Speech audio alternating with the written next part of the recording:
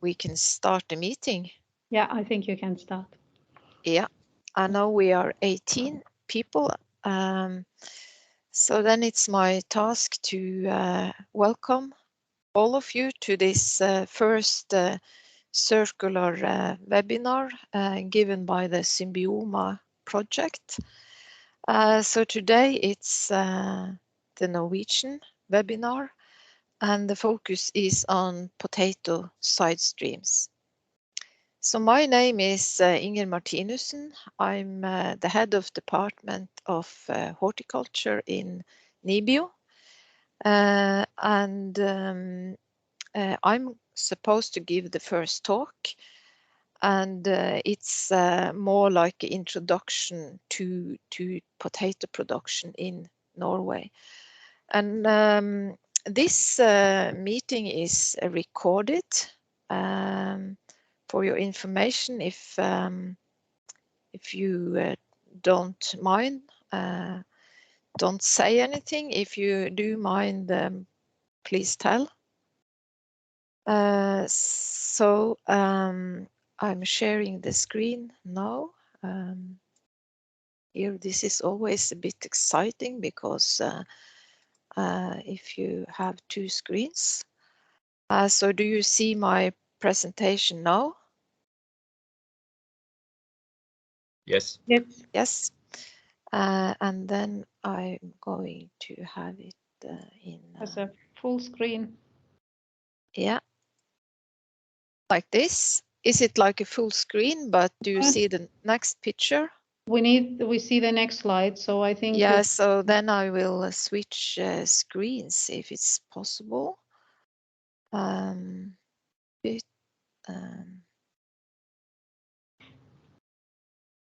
Is it okay now? Now it's good. Yeah. Thank you. So the title of my talk is Norwegian Potato Production in a SYMBIOMA Perspective. And I have got some help from my colleague Eldrid Lane Molteberg, which is a potato researcher in NIBIO, Department of Horticulture. The main objective of the SYMBIOMA project has been to establish a roadmap for circular business model innovations for micro, small and medium-sized enterprises in rural and sparsely populated areas of Northern Periphery and the Arctic regions. The countries that have been taken part in SYMBIOMA have been Finland, Sweden, Norway and Ireland. So in Norway we have been dealing with potato and waste from potato. The focus is on valorization of the side streams, and we have a Norwegian business partner which is Troms Potet AS, and they are situated in Troms County in northern Norway. And Troms Potet is also present at this meeting. Now we can have a look on the potato volume in Norway, and this is numbers from 2020. So then the total volume was 361,200 tons of potato. And if you have a look on the graph to the right on the screen, you can see that the volume from 2003 to 2020, it varies between 300 and 400,000 tons, and it has some variation between year, but it's not any like trend of reduction or increasing in the volume. So it's been quite stable, and the variation can probably be caused by climate variation between years. Looking at the country's map, trying to see where is the potato produced, the volume is mostly produced in the southeastern part of Norway, in the counties of Innlandet, Viken and Vestfold Telemark, which take more than 50% of the total volume. So if you see here in, I can say Tromspotet is here in Troms and Finnmark, and that contributes to just 2.2% of the total volume. And I would say that probably Tromspotet is having most of that volume. So how has the area that are used for potato production varied since the end of the 1980s to today? This is the line that is showing the area, and we can see that it has gradually decreased from about 18,500 hectare, and now it's 11.6 thousand hectare. The number of growers has drastically been reduced. In 1989, it was 35,000 potato producers, and now it's 1,500 growers. That means that you have a large increase in the area per grower. So this say a lot about how the production of potato has been developing in Norway. The production sites are getting bigger, and the areas are bigger, so each producer are having a much bigger volume than before.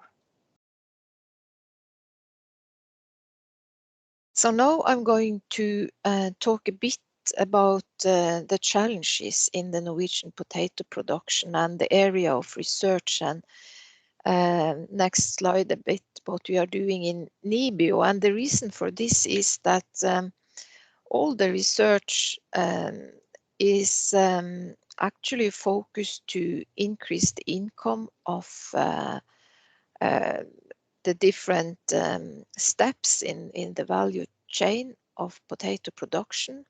So it's to increase the quality and the economy, and also increase yield. And of course, all these different improvements that we are able to do is also minimizing the waste. So you have some maturity related effects. You can have like increase of carbohydrates during storage, and that will develop a brownish color on crisps and chips. You can have mechanical damages during harvesting. You have a lot of internal defects. You have skin blemish diseases on the skin, and you also have different qualities of the skin, which is very important for the customer. You can have a greening of the potato. Plant protection is very important for the potato production, and you can have several diseases that are destroying a lot of the crop. So doing research on these issues will minimize the waste and also increase the economy. So looking at research on the yield, you can do research on the tuber size, testing different varieties, research on agronomy and physiology, the age of the seed potato, and so on. And here is just a small example on how the seed potato is affecting the yield, both size and volume. So if you have a seed potato with many sprouts, you will get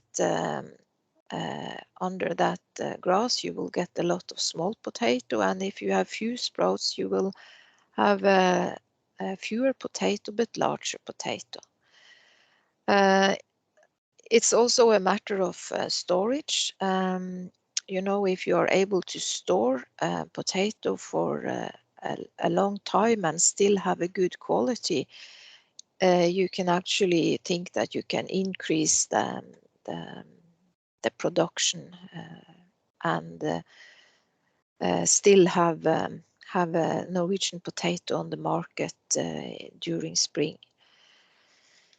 So in NIBIO we are doing a lot of field trials, and this is a very nice picture, I think, from our station in Appelsvoll in Toten inland in the south, and we can see potato field trials here with different variety testing. We are also doing research on the seed potato, pre-treatment of the seed potato, soil conditions by planting, fertilization, irrigation, choice of machinery and growing technique. It's a plant protection studies, it's studies on weeds, insects, the Phytophthora. It's end of season treatments, which can be different in the south of Norway and north of Norway. It's studies on harvesting and mechanization and also storage. So all this is done to help the farmers and the companies to achieve the right quality for the specific end use, so the economy will be good. So here you have some different potato products, and some of them are actually products that are using waste streams from the production, like the akevitt here, which is alcohol from potato.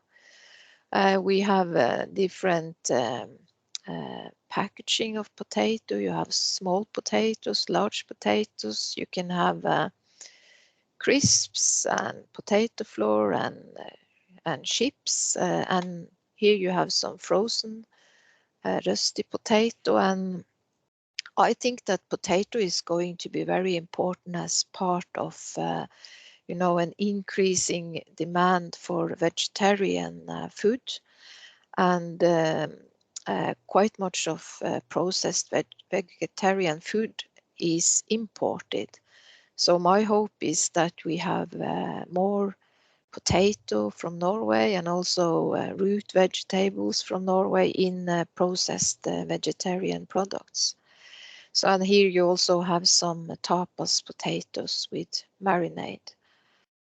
And of course you have different varieties, and people in Norway are very quite consistent about what they like of different varieties for different dishes and so on. So the big variation in the production volume that I was talking about earlier, that you can also see here now with the different counties, and you have all this, the big variation. It's also affecting the volume of side streams. So of course you will have a bigger volume of side streams in the area of southeastern part of Norway than you will have here in, like, on the west coast. So if we are thinking about different innovations to take care of side streams and make economy out of it, there are some logistic challenges.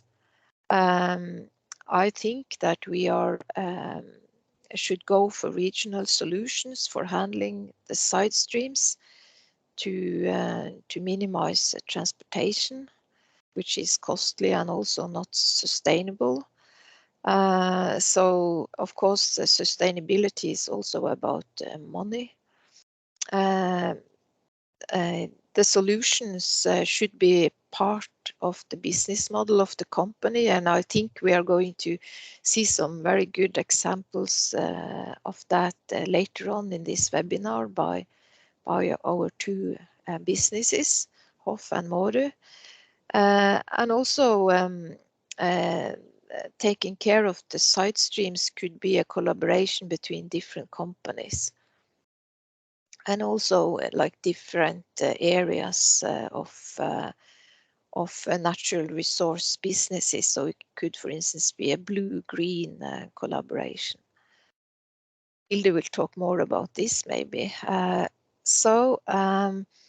Potato production, it requires land and natural resources. So all the waste from the production is in a way unnecessary source of greenhouse gas emission, as long as it is not used for other products and are going into a circular system. Waste, as we used to call it, can be a new raw material and create new products. But it's also very important to have in mind that you can reduce the waste fraction by different means.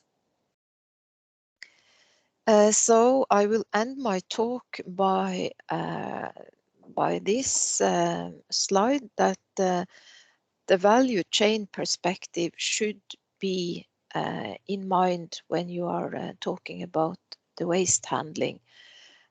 So it will be side streams along all the steps in the value chain, and also keep in mind the consumer preferences. The market will always decide what's going to be successful. So keep that in mind during all the steps in the production, so you're not ending up with some waste. So I think that's my presentation. So thank you for your attention, and I think that we might have the discussion in the end of all the talks. So now I stop sharing the screen and you see the teams again, right? Yes. So the next talk is by my colleague, Hilde Halland. She has also been working in SYMBIOMA project, and she has been working much more than me. Hilde, she's going to talk about potato waste in Norway, current utilization and new possibilities. Yes. Hello, everybody. So I will continue this, and I will continue with some of the points that Ingrid has already made about waste and the utilization. So I will try to share my presentation here.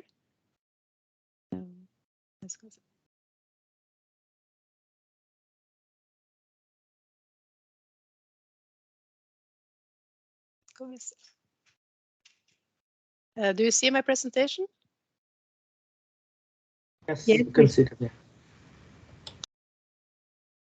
And now you see the full screen? Yes. Yes, very good. So my name is Hilde Halland, and I work at the Norwegian Institute of Bioeconomy Research, and my office is in Tromsø, like Inger. So the title of the presentation is Potato Waste in Norway, Current Utilization and New Possibilities. So the SYMBIOMA aim, Inger has been saying a bit about it, but it is to valorize waste from food production. What previously was considered as waste becomes raw material that can be considered as a new product. However, as Inger also has been mentioning, the best way to valorize the circular economy of food is to reduce waste. So a third of all the food produced worldwide is lost or discarded. And from the United Nations Sustainability Goals, there is a goal to halve the global food waste by 2030. And also in Norway, this is a focus. So in November 2021, Norway delivered the first national report on total food waste. And this is a collaboration between 5 ministries and 12 industry organizations. And to follow up the progress, similar reports will be made also in 2025 and 2030. So there is a big focus on this in Norway to this reduction. But one of the things that can be important to consider is the definition. What is food waste? So the definition used in this report is that food waste includes all usable parts of food produced for humans, but which either are thrown away or taken out of the food chain for purposes other than human consumption, from the time when animals and plants are slaughtered or harvested. So for our case, the potatoes, it will be that this is potatoes that are produced for human consumptions, but that do not end up as food for humans, to say it a bit simpler. So just some numbers here. How much in volumes are we talking about in Norway, and also in which sectors do this waste appear? So this figure shows the total tons of food waste in Norway per sector. So in total, in 2020, 453,650 tons of edible foods ended up as waste, and it's an enormous number. So this is in Norwegian, but this light blue square, it's households, and it's almost half of the waste comes from the households. And the pink one here is from the groceries or retail, and it's 67,400 tons. But the SYMBIOMA project mainly concerns the waste from agriculture, which is the green one, 41,700 tons, and also food industry, which is the bottom blue here to the left, and 86,000 tons. And to manage to reach the target, also each sector has to look deeper into the numbers. So this is a sector from the a report from the agricultural sector, and where we can see that, for example, for potatoes, there's a scale going from 0 to 100%, where 60%, the blue one, comes from primary production, or of the total potato waste, 60% come from primary production, 35% comes from sorting and packaging facilities, and the green one on top, about 5% from processing. So to go over to the SYMBIOMA project, as Inger said, that we are partners from 4 countries. So each partners, here is from Finland, it's Centria, who is the project leader, and from Sweden is Luleå University. From Ireland, it's IT Sligo, and from Norway, it's Norwegian Institute of Bioeconomy. So each of us has made a small study or a report on the status of waste handling today, or side streams of potatoes from waste, and also on future possibilities. So we have both done several case studies in this northern area, as well as doing literature reviews on current situation, current utilization. So the next slide here, it's the value chain for potatoes in Norway. So there are mainly 4 categories of where the potato end up, and so the first one is potatoes that is used for human consumptions, and potatoes that satisfy the criteria for human consumption can either go to a wholesaler and then through processing progress to retail and final consumption, or it can go for further processing before reaching retail chains. Also, some of the potato volumes are sold directly from the farmers in, for example, farmers markets. This is many local sales. Then the next one, the yellow, is the outsorted potatoes. And this category refers to potatoes that have wrong size, shape, either on the peel or internally. So potatoes are harvested, transported, and in some cases stored before sorting and grading. And also in storage, when they go into storage, can be about maybe 12 degrees at the inset, and the temperature is then reduced to about 4 degrees, which is optimal. So in storage, also it can be increased the amount of outsorted potato. The blue-gray line here, they are potato peel. So potato peel comes from potatoes that are harvested and then either stored before or directly sorted and graded and then stored. So, but what is important to know that is before peeling, the potatoes are washed. So the potato peel has a very high moisture content. And the last one at the bottom is rotten potatoes. So rotten potatoes are usually identified after harvest during sorting and grading, but it can also rot or develop during storage. And some of these end up as compost, but it should be important to know that there are several restrictions to utilization due to one dangerous soil-borne potato disease, potato cyst nematodes.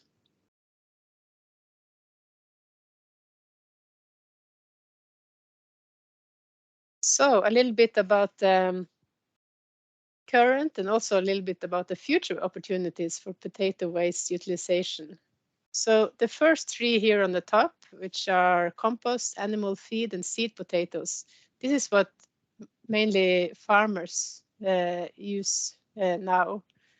They feed it to cows, their own or their neighbors, and they use also small potatoes for their own seed potatoes. And the compost is a big gradient how well developed this or controlled this composting is, from more or less only landfill until maybe I will think that the presentation of Maarud later will say something about how it can be done more controlled. And then the fourth one is the processing for potato liquor, potato flour, glucose, etc., which in Norway we have a very good arrangement for this called avrensorningen for potet, which I think that HOFF will talk more about. And that is maybe more for the bigger producers that can send waste for this arrangement. And then it's the fourth one at the bottom is not commonly used here in Norway. But I know for the bioenergy, I think in Sweden, this is used, potato waste for bioenergy. And also this biostimulant is something that we don't really know, but that we are trying out here in NIBIO. If it can be possible to have a positive effect on plant growth.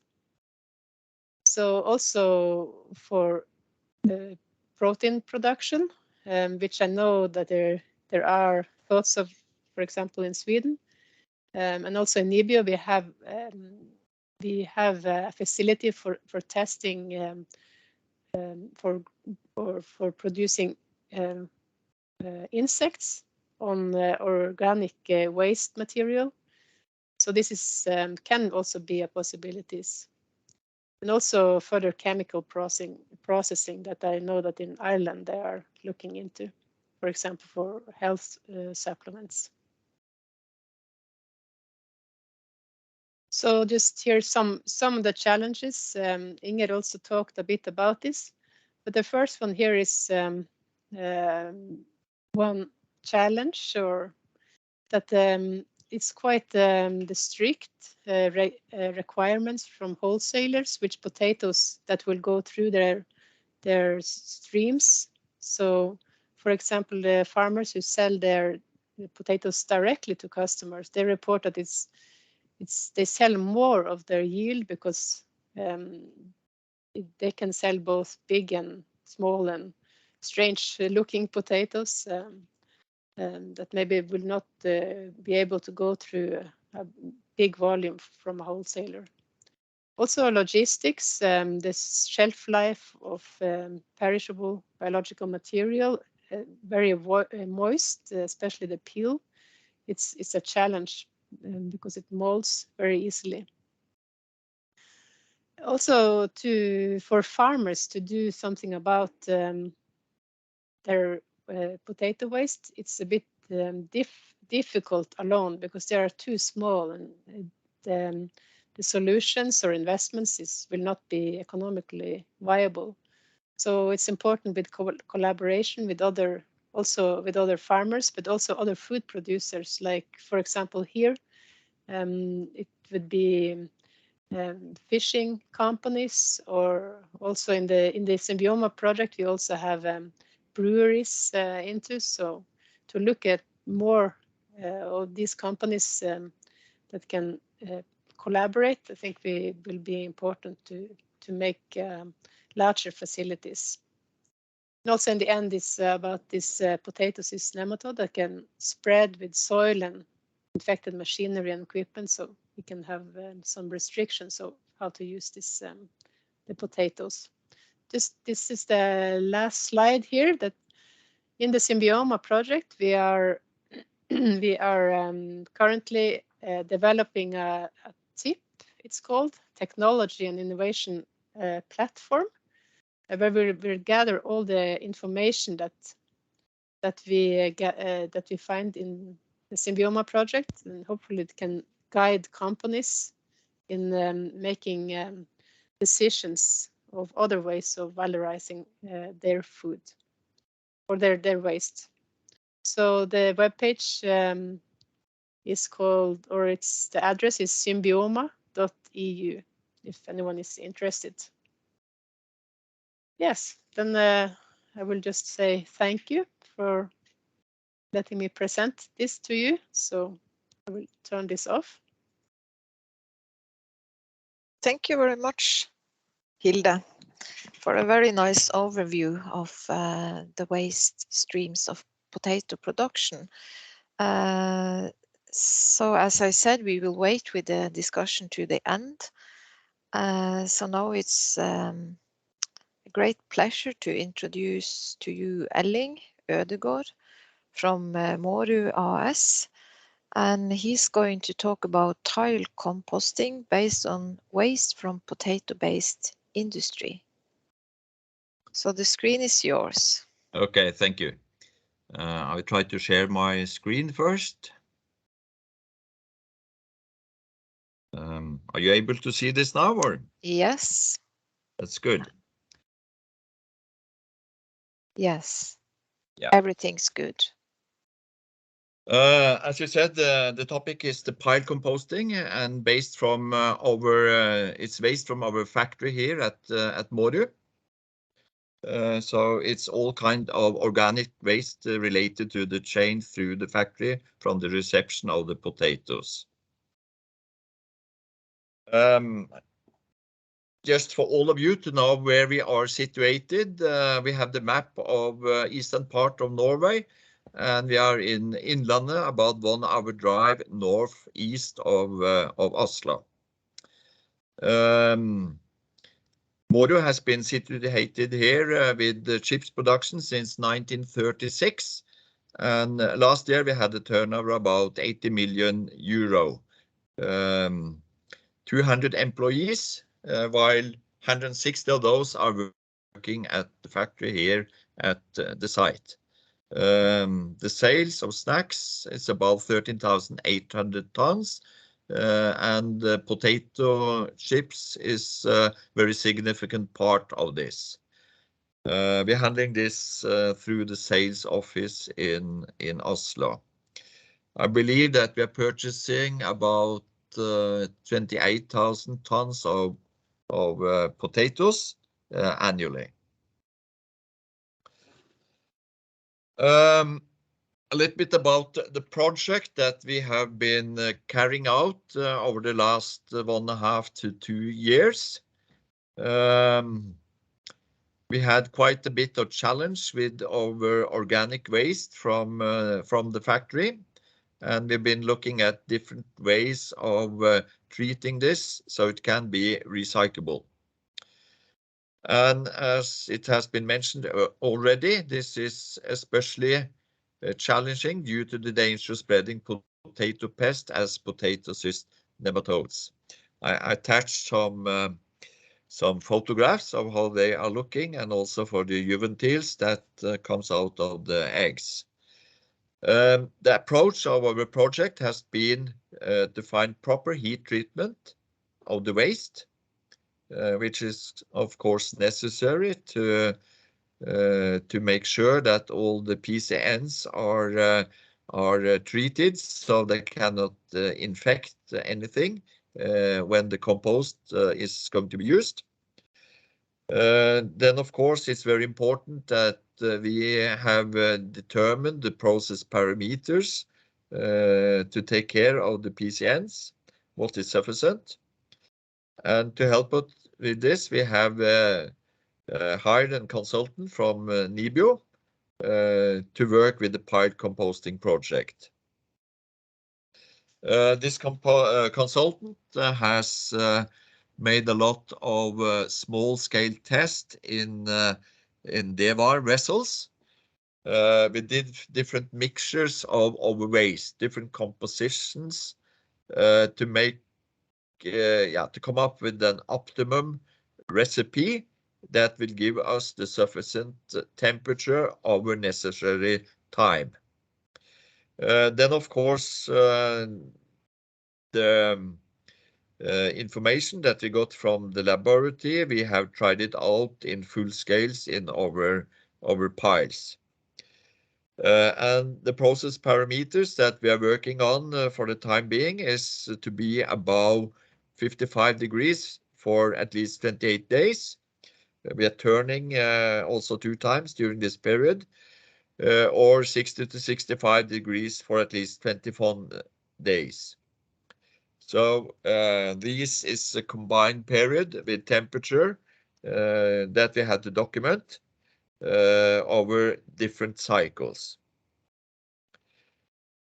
Then of course we had to verify that the process was efficient to take care of the PCN. So we have planted PCN samples first in the DEVAR vessels, doing a laboratory test and see how that came out. Afterwards, we have planted PCNs in a full-scale compost pile at our site in the restricted areas, where of course the compost was afterwards taken away and burned. And we also done some testing in temperature cabinets. All this to document that our process is sufficient to take care of the problem. Then of course after the test, this has been studied at NIBIO microscopically, and also by hatching test of cysts. The last part of our approach was then, of course, to construct the area, which is a quite big area with solid surface, divided up into different zones and with drainage of water from the piles back to our wastewater treatment plant. We are not connected to any community facilities, so we have to treat all the water from our factory ourselves at the site. So we have a facility which has the size of about a population of 60,000 people.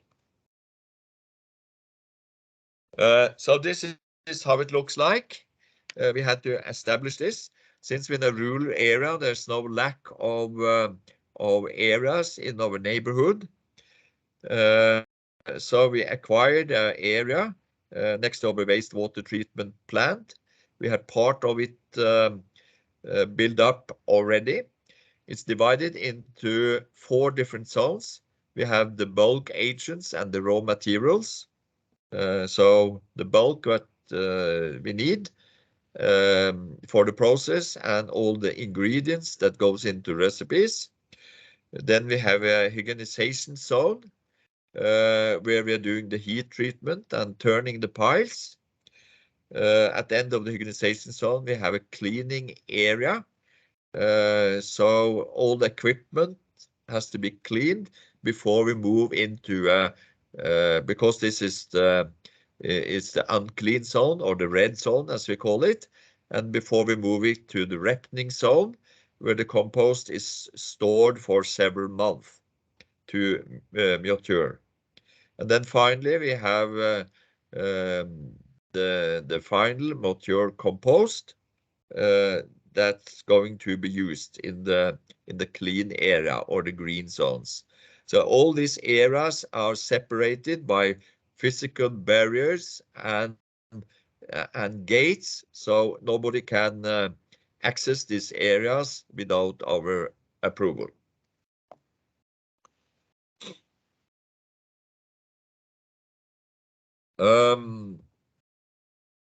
Let's see.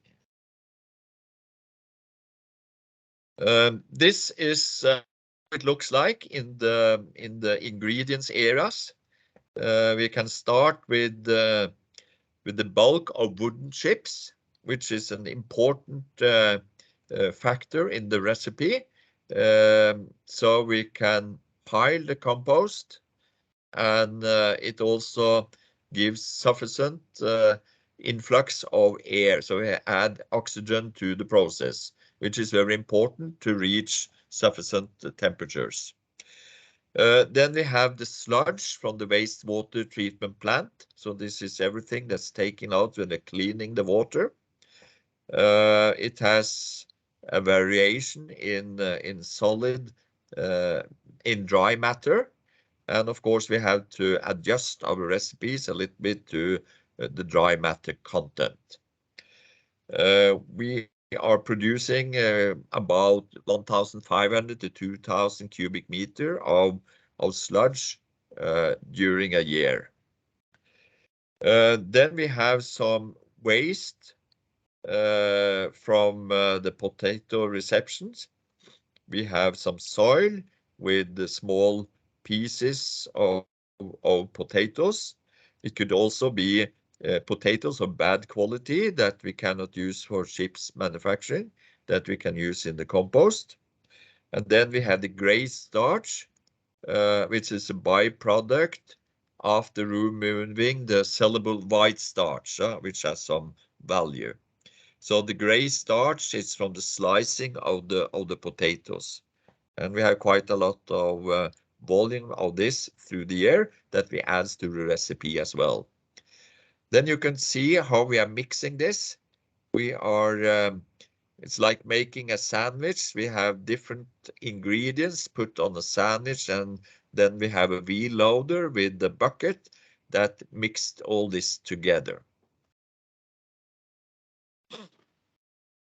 So it's very important that the mixing is sufficient. So we have a homogeneous material that we are going to put up in piles. When we have a homogeneous materials, we can control the process that we get equal temperature in the entire material. Then of course we need some special buckets to treat the different ingredients. We have actually bought this in Finland, an alu bucket, which is slicing up the potatoes, so to speed up the decomposition process. We have a transport bucket where we can take 3 cubic meter of tiles and move it from one area to the other during the process. And then of course we have this mixing bucket. It's like making bread, that you have to mix everything very well together. So we mix it actually several times to get a good structure. Then of course there are some requirements to document the process, and one of the important parameter is the temperature. So here you can see the piles, and we have wireless recording of temperature. We are sampling temperature every hour, and we're transporting this back to the wastewater treatment facility.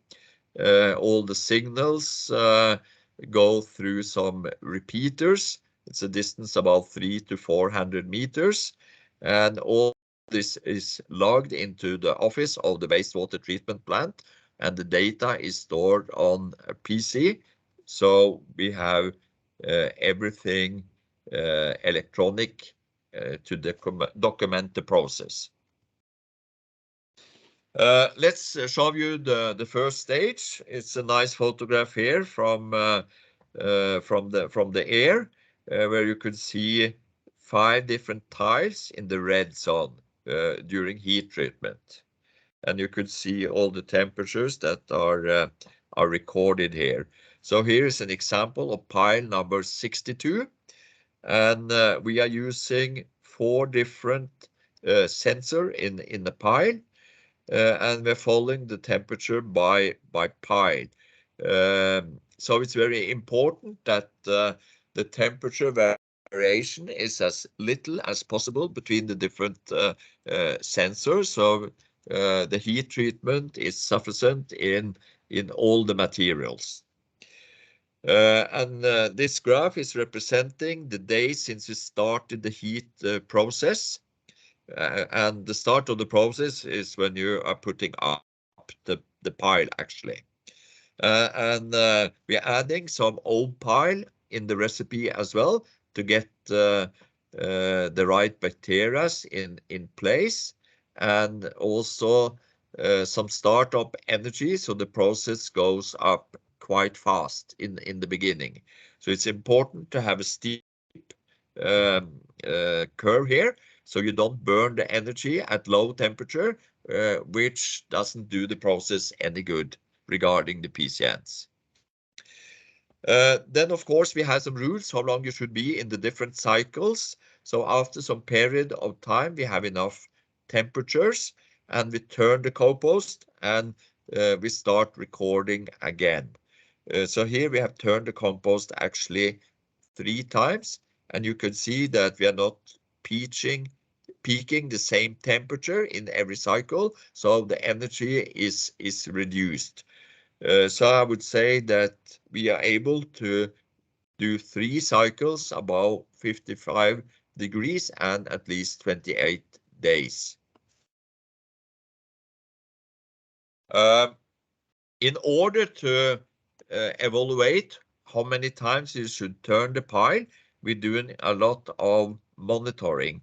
So we actually took 22 sensors and at different depth and height of the pile, and recorded the temperature in different sections to have a better understanding of what was happening in the pile. So this is a cross-section of one of the sections in our test pile, and you could see the temperature variation. The moisture is mainly coming up on the top of the pile, and you could see that the temperature is lower at the bottom and of course at the surface, but it's sufficient temperature in the middle and in the big structure of the pile. So we can actually document that about 80% of the pile has had sufficient treatment above 55 degrees in the first cycle, and then we are repeating the cycles to do a statistical analysis that the process with 3 different cycles has homogenized close to 100% of the pile. Then, if you haven't seen pile composting, I will just show you how it looks like. I have a small video clip here. This is during the winter, so we are doing composting throughout the entire year. We have some more challenges during the winter season than in the summer season, since the climate is against us. So we're adding quite a lot of old warm compost in the recipe during the winter to make the process start. Nothing happens before you reach 15 to 20 degrees in the pile. So you need this initial start temperature. Then we move to the maturing area, which is called we call it the yellow zone. So it's a kind of semi-clean zone. And since we didn't have so much experience with this, we did a lot of samplings of the compost, and we plotted our results. So we look at the mole ratio. This we found in the literature with the help of our consultant. So we look at the ammonium, and we look at the nitrate, and we look at the decomposition of the ammonium to the nitrate. So we need to have the nitrate to make the compost effective to cultivate grass and what we like to grow in it. So based on all these samples, we found out that we had to keep the compost at least 33 weeks in this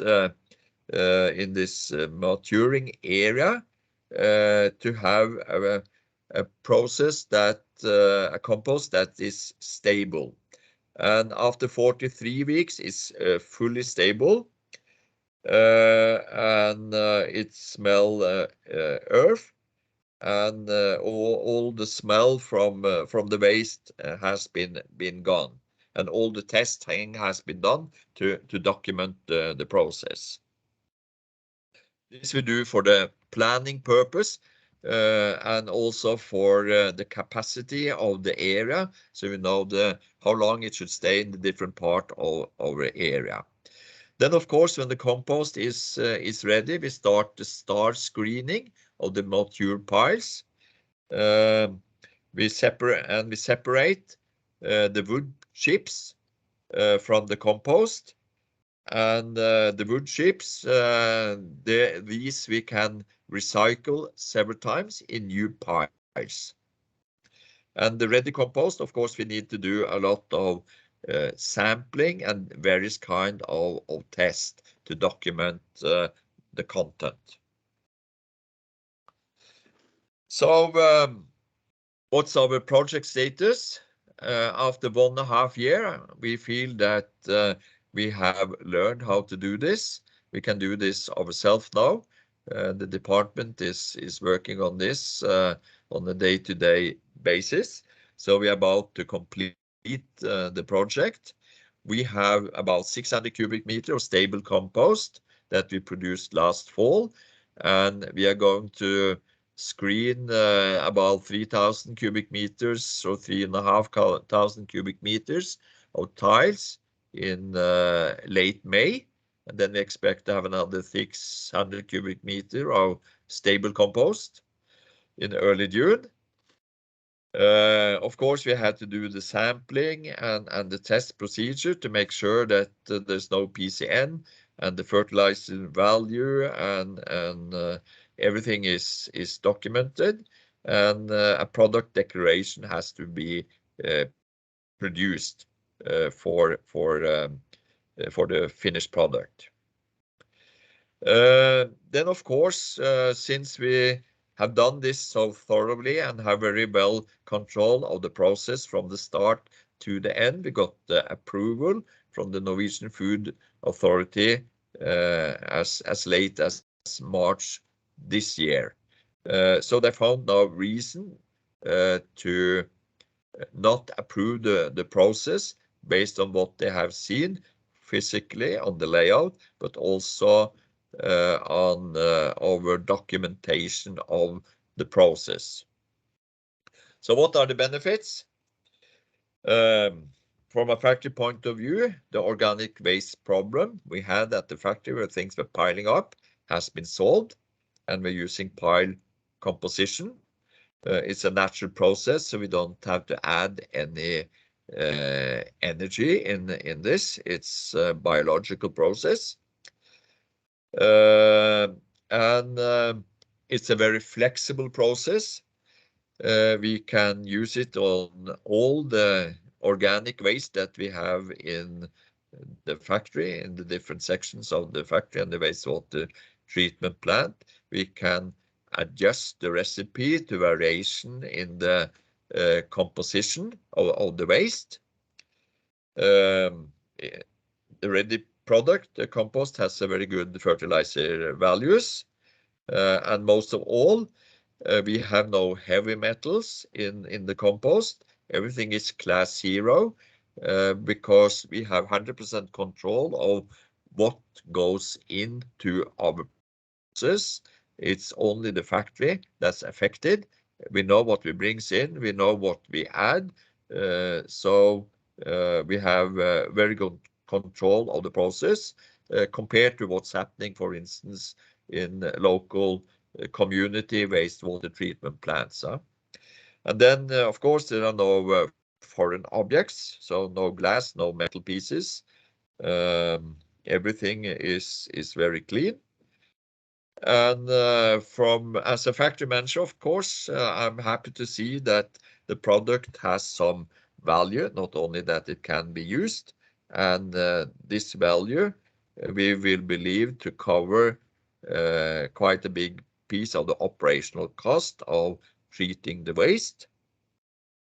And we also got some recognition from the Norwegian government on their webpage recently that this was highlighted as a very good examples of circular economy.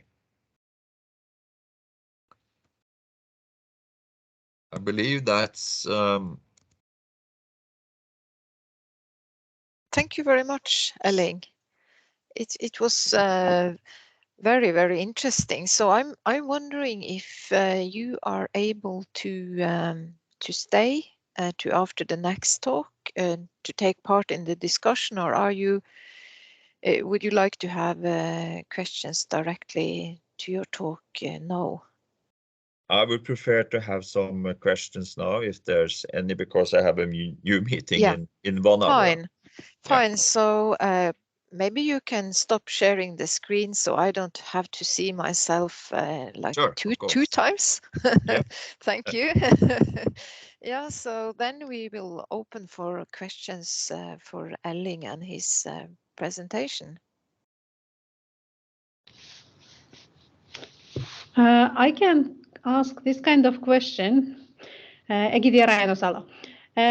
If you would introduce another type of waste, let's say that now you were dealing with the potato, sludge, and wood chips, and then if you would introduce, for example, brewery waste or some another industry, bio-based industry waste, how long is the process actually to get the compost studied and be it viable in the market?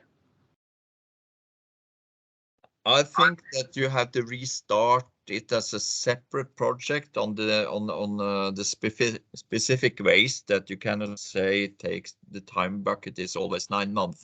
It's 9 months from over waste. If you have other kind of waste, it may take shorter time or longer time. It varies how easy it's to break it down.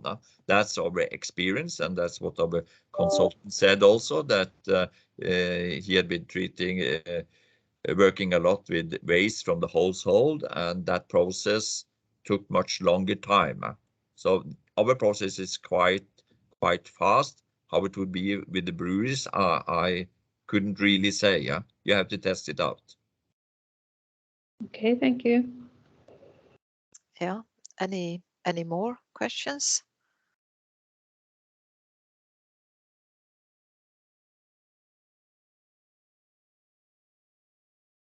No, so I can like link to what Egidia was asking. So do you have any like big volumes of waste nearby in your region that you think could be added? Like, for instance, Egidia asked about brewery waste, or do you see some links to nearby businesses? We haven't looked at it, but I've been working for the Bama Group and been responsible for the packing operation prior to this position. So I know there's some waste also related to that. But the organic content is much less. And of course, what's sorted out is mainly going back to alcohol production. Yeah. So Yeah. I don't know about anything in our neighborhood. We don't really want to combine it with the, different kind of waste. Of course, there's some people calling and said we have some other type as well. Could you treat it here? But I think it's for us, since it's potato based, we need to have a very good control of the process and document everything for our authorities. And if we bring in other waste, there are some other issues as well that might pop up.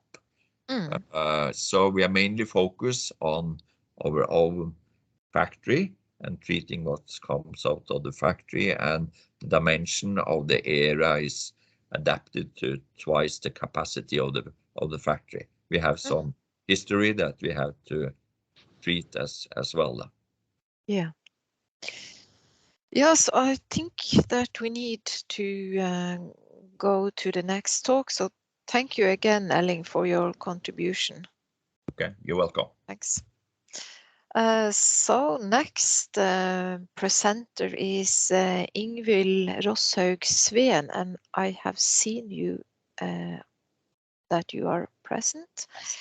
So you are from HOFF AS, and the talk you're going to have is residual side streams in HOFF. Yes. Try to share my presentation.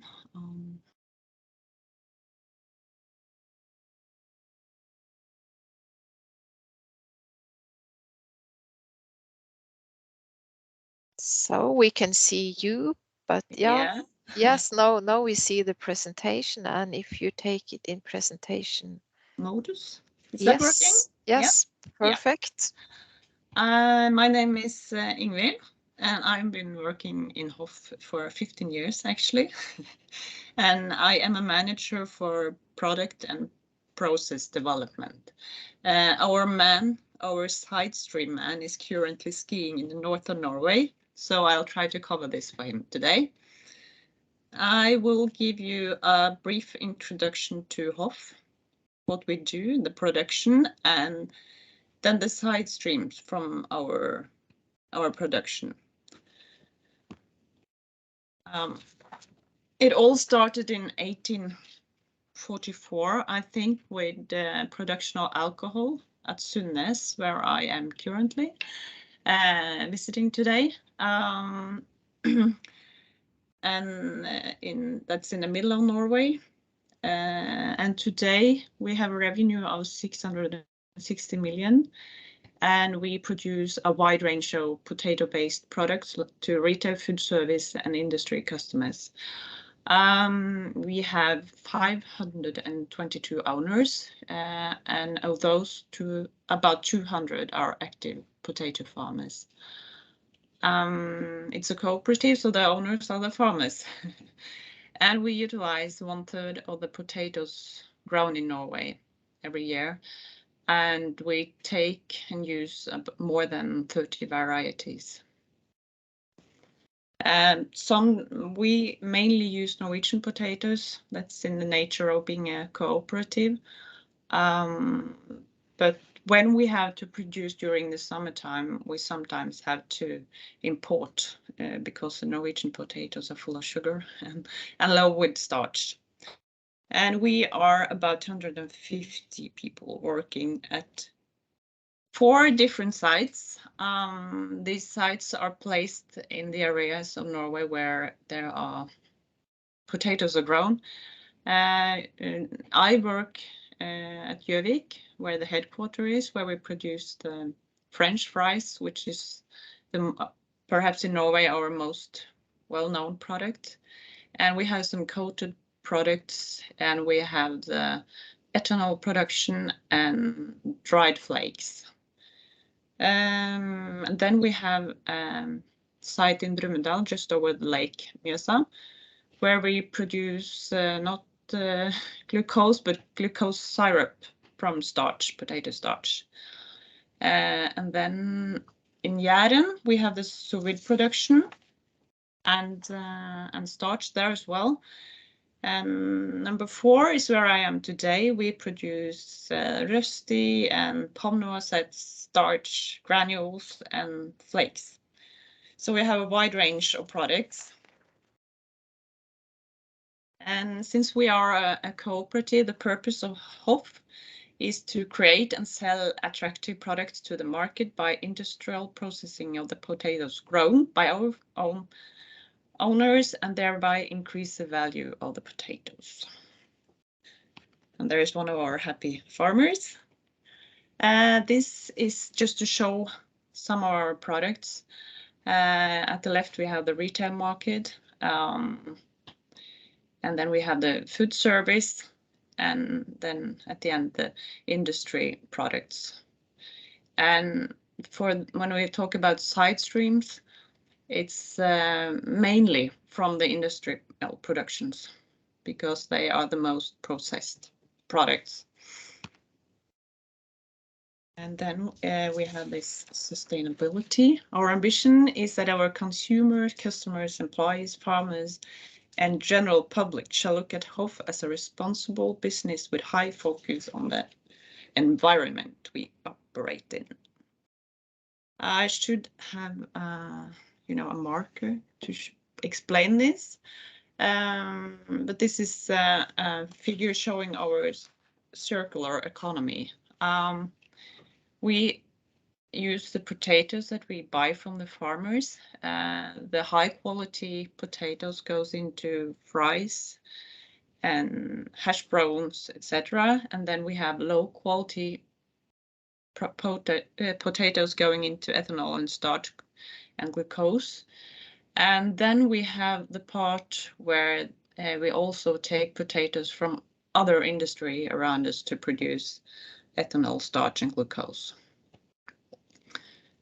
And I will talk more about the side streams from the ethanol starch production. That's where we have the volumes. And today they are used as food for cattle or pigs. And then we have the fertilizer part, but I will get more into that. At Gjøvik, we produce ethanol. That's for aquavit. We don't make the aquavit, but Arcus does. We produce 2 million liters of ethanol every year. And that means a volume of, I'm not sure how much, but a big amounts of pulp, which today is mixed with potato peels from the French fry production and goes into cattle feed. And they take all of it. So it's not, they don't pay much for this food, but it covers the costs for the transportation. So there is the amens as well. It's 50,000 cubic meters, so it's huge amount. And the second production with volume, with side streams with high volumes is the starch production. We produce starch, as I told you, at 3 different sites. There are small differences, but the principles are the same. And it's in light green. At this figure is the simplified production, and the dark green is the side streams today, and the brown ones are the usage we have today, and the pink ones are things we are working with through different projects with the research groups.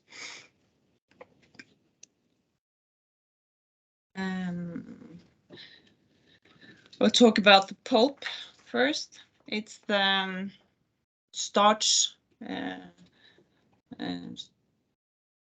It's a starch fraction from the starch production. The dry matter is about 15%, and today we use it as cattle feed. And the amount is about 7,000 tons every year. The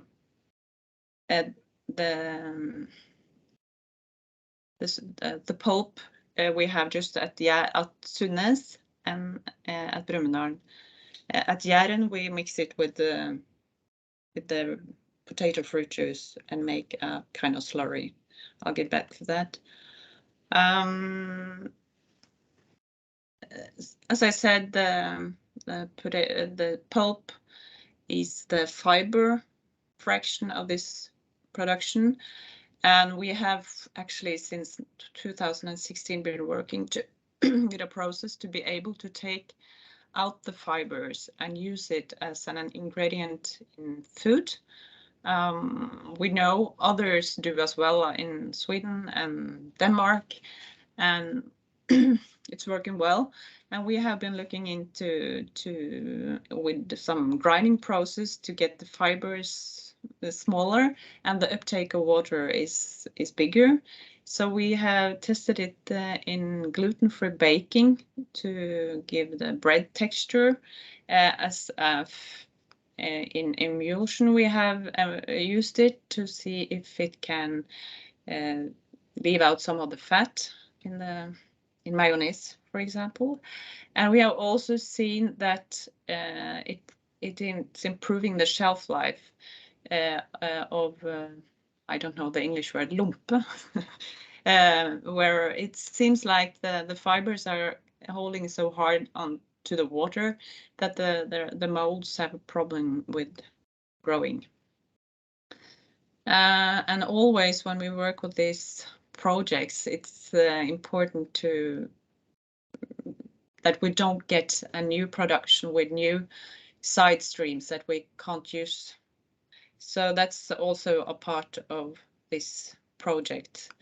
We are working together with RISE and PFE, which is in Trondheim, which is a research partner, and together with Mills and a gluten-free bakery placed in Klæbu in Trondheim, we are looking into this project. It's very fun to work with.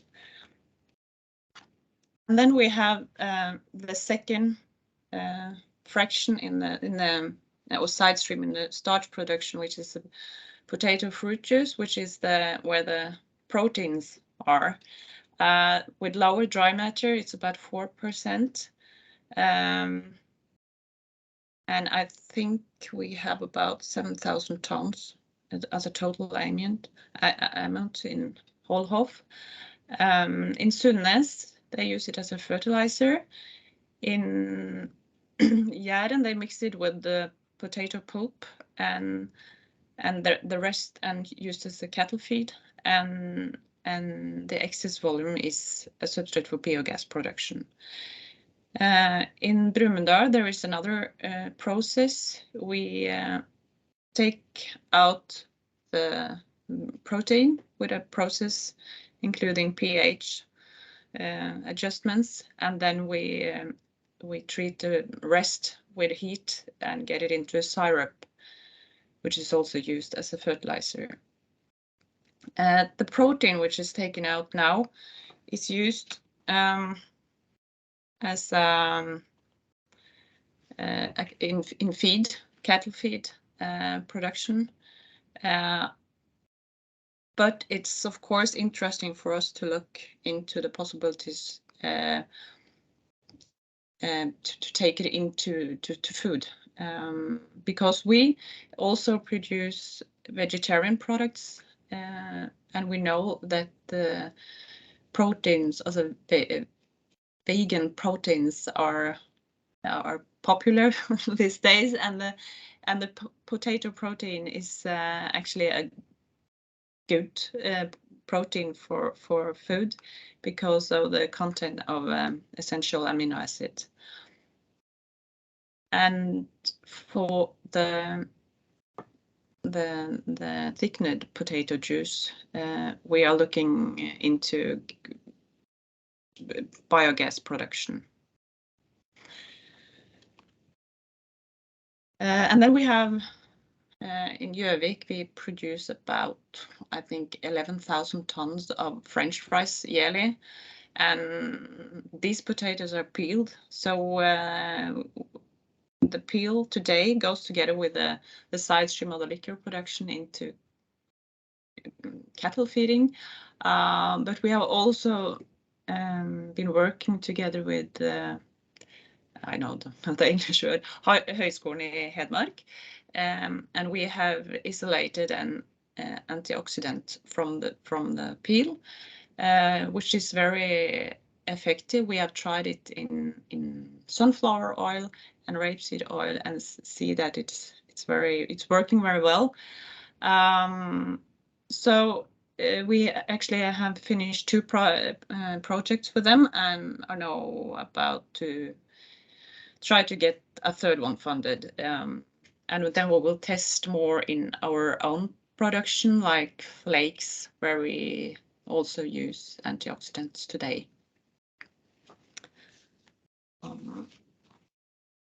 Yeah, I think that was my presentation, short and briefly. If you have any questions, I'll try to answer them. And if I can't answer them, I will bring them to my colleague. Thank you very much.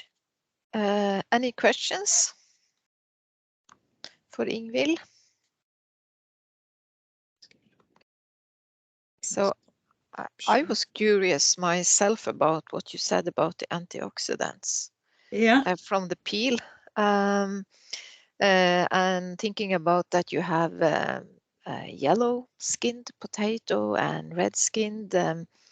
Have you done anything with the, different skin color, and do you see any difference?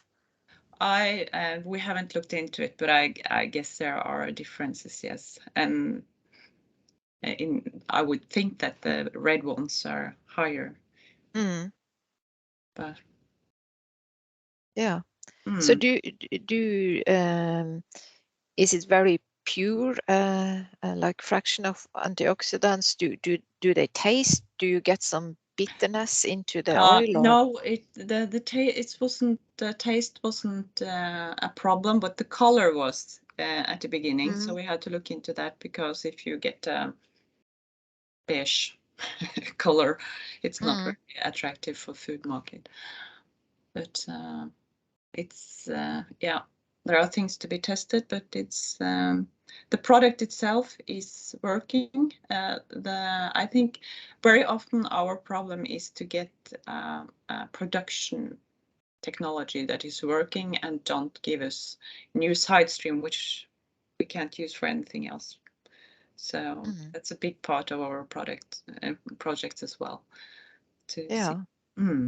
So now we have a question from Isaiah. He's from Sligo in Ireland. So please. Yeah, hi Ingvild. Thank you very, very much for your presentation. It was really very informative. I've just got a question which regards the different valorization pathways that you've identified, like the protein extraction and things like that. And since you run a cooperative now, is there a plan to also accumulate the waste from the different suppliers, or are you doing it on a case-by-case basis? Because some of the farmers might be too small to have significant waste streams. I don't know if I understand that question. Okay. Ingvild, I take it in Norwegian now. So yeah. tenker han spurte om altså avfall eller rester fra enkeltprodusenter, altså de som inngår i Coop-en. Ja.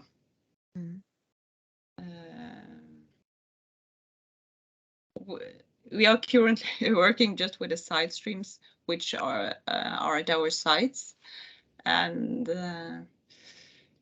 we also, and the small potatoes and the leftovers we use in our other production, like the liquor production. I don't know if our farmers just deliver the potatoes, so the leftovers that they might have is potatoes, small potatoes out in the field, or bad potatoes. Okay. That was I mean, so like the bad potatoes and the small potatoes, so you don't use bad those. Potatoes and the small potatoes go into the liquor production. Okay. So we actually take small and bad potatoes from other industries as well, like Maarud, for example. It's a kind of a deal we have with the Norwegian government, actually. Okay. Yeah. Thank you very much. Any more questions? We still have 7 minutes left, and also if you have questions to Hilde's presentations or myself.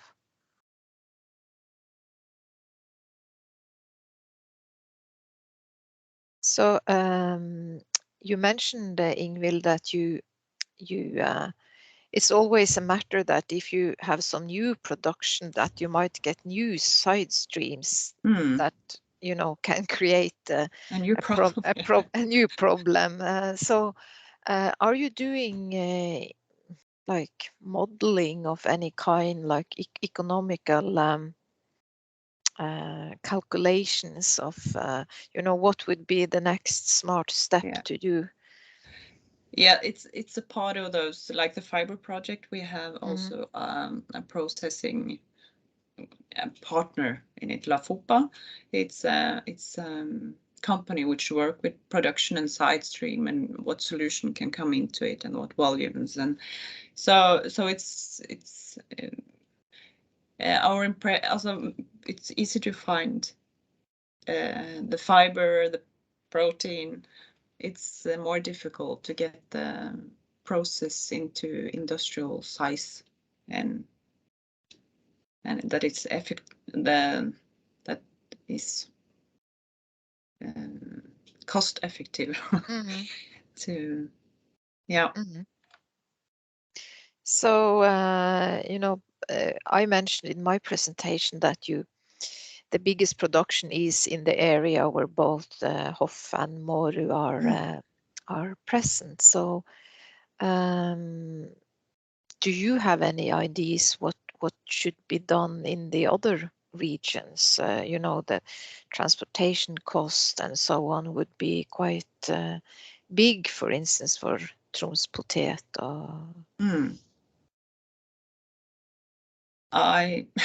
No, I haven't looked so much into that, and I don't know Troms Potet. Ulrike, she is here. I don't know, Ulrike, if you have anything to add from your side. If you are still. Yeah, I'm here. Yeah.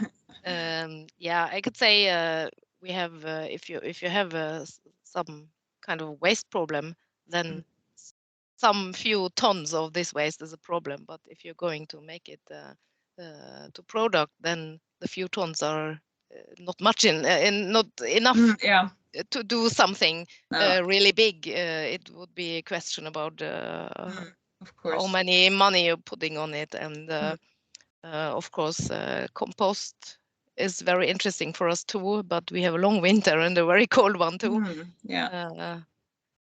So of course I think it would be need some co-working with other waste products, I think. Yeah, because the volume, that's also for us a problem, since we have 3 sites with starch production, it would have been easier and a bigger volume if everything was placed in Gjøvik, for example. Yeah, So you it's have a much bigger volume than we have, so. So now we have a questions from Christopher Parker, which are from the Interreg program, the one funding the SYMBIOMA project. So Christopher, please.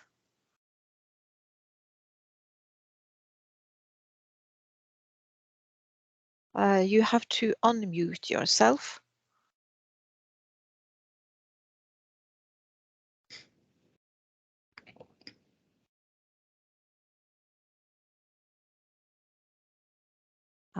Do you hear me, Christopher? I can see your hand there, but we can't hear you. Yeah. Any others? So it is. I can ask probably also the same question what I asked from the previous speaker. For example, proteins are also in the brewery waste.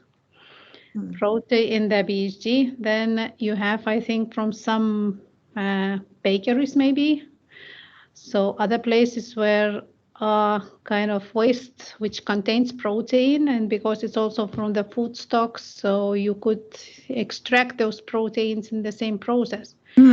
Have you tested to check for the different streams to be incorporated in your production?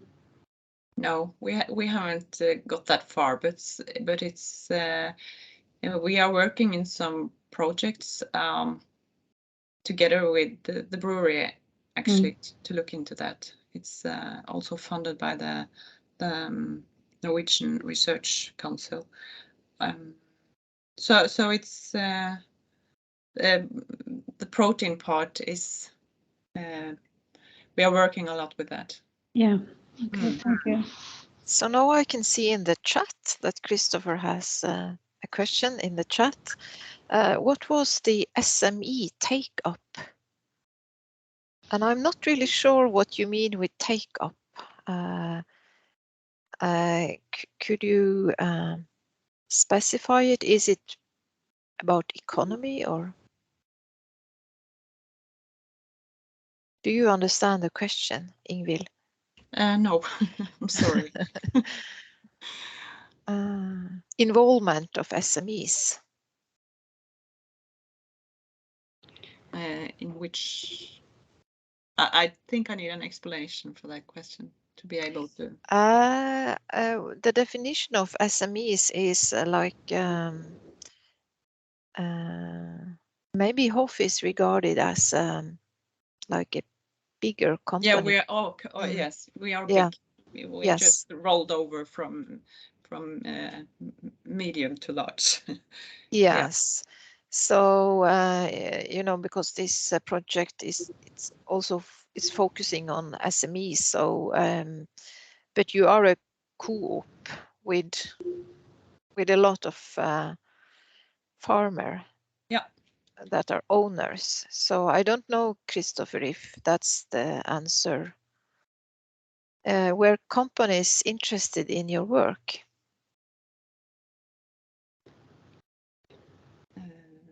I would think that the Christopher probably is meaning that how the project, the SYMBIOMA itself, helped you, or how it was kind of, how did you feel in cooperating with the research partners? Because I think that, okay, even if you are not SME exactly, but the cooperative is one of the way how to combine companies into one, and from the small companies to have big. So I think this is also one of the ways to go. But what meaning probably he wants to see the connection between the project what we have and the research, and then how we helped, or have you had any use of us? Yeah, so then it's actually not Ingvild that is going to answer that question, because both HOFF and Maarud that have been presenting have been invited guests to share their knowledge in this webinar. So it's Tromspotet Ulrike that actually should answer if the SYMBIOMA project has been beneficial for Tromspotet, which has been linked to the project. So Ulrike, do you want to answer on that one? Yeah, I can say that SYMBIOMA project helps with having somebody to discuss our challenges with potato waste. But we haven't got any. We are not really nearer a solution for that. And it's connected to what you said earlier, that the waste volume for you is not that big, and it's also about logistics. So, but we have been having the discussions with Tromspotet. So I hope that was a sufficient answer, Christopher, to your question. So there is looks like it's still one hand, but it's probably the old hand of Christopher. So I can see that the number of participants is a bit reduced. So last chance to any questions. So I think that then we will end this webinar, and thank you very much to all the participants. I think it was especially interesting to listen to the talks from HOFF and Maarud, and it's very impressive what you have been doing to sustainability and waste handling. So I will end by reminding you that the circular days goes on. We will have tomorrow, let's check the program, tomorrow Norwegian time 10 to 11:30, that's the same time, so it's the Irish time 9 to 10:30, because tomorrow it's Sligo that's going to present. And then it's about side and waste streams from fish industry. Thursday, it's the Finnish partner Centria that are having their seminar. That's Finnish time 11 to 12:30, Norwegian time 10 to 11:30, and that's about valorization of brewing and distilling industry side and waste stream. So you are all very welcome to take part on those. The Norwegian participants that have the contact info to me, if you need any guidance of how to get the invitation to these two next circular webinars, just contact me and I will forward the info to you. So again, thank you very much, and thank you to all the contributors.